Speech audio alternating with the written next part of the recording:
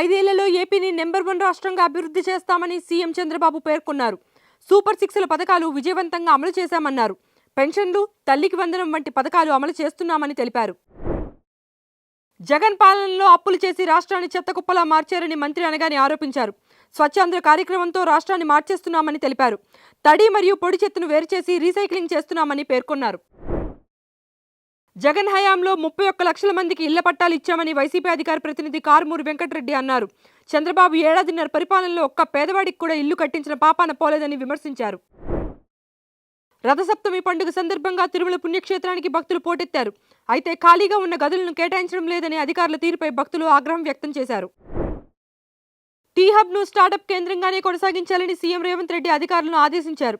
అద్దె భవనాల్లో ఉన్న ప్రభుత్వ ఆఫీసులను టీ హబ్కు మారుస్తున్నట్లు వస్తున్న వార్తలపై ఆయన స్పందిస్తూ టీ హబ్లో కాకుండా ప్రభుత్వ ఆఫీసులను అందుబాటులోకి ఉన్న ఇతర ప్రభుత్వ భవనాల్లోకి మార్చాలని సూచించారు. తనకు సిట్ నోటీసులు అందించడంపై బీఆర్ఎస్ నాయకుడు ఆర్ఎస్ ప్రవీణ్ కుమార్ తీవ్రంగా స్పందించారు. ప్రజా సమస్యలు, దౌర్జన్యాలపై గొంతెత్తడం నా హక్కు అని వెల్లడించారు. పోలీసుల వార్నింగ్లకు తాను భయపడేది లేదని స్పష్టం చేశారు. తమిళనాడు రాష్ట్ర గవర్నర్ ఆర్ఎన్ రవిపై ఆ రాష్ట్ర సీఎం ఎంకే స్టాలిన్ తీవ్ర విమర్శలు చేశారు. అసెంబ్లీ సమావేశాల తొలి రోజున గవర్నర్ ప్రసంగించకుండా పదవిని అవమానించారని, గతంలో ఏ గవర్నర్ ఇలా ప్రవర్తించలేదని ఆయన అసహనం వ్యక్తం చేశారు. అమెరికా అధ్యక్షుడు ట్రంప్ ప్రభుత్వం భారత్పై విధించిన వాణిజ్య సుంకాలను తగ్గించే అవకాశం కనిపిస్తోంది.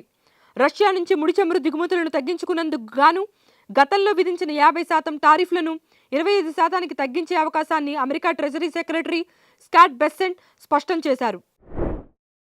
హీరో విజయ్ దేవరకొండ తన అభిమానులకు రిపబ్లిక్ డే సందర్భంగా అదిరిపోయే సర్ప్రైజ్ ఇచ్చేందుకు సిద్ధమయ్యారు.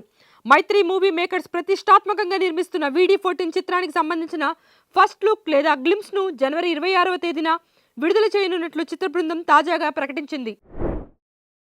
T20 వరల్డ్ కప్ భారత్లో ఆడబోమని మొండికేసిన బంగ్లాదేశ్ క్రికెట్ బోర్డుకు ఐసీసీ పెద్ద షాక్ ఇచ్చింది.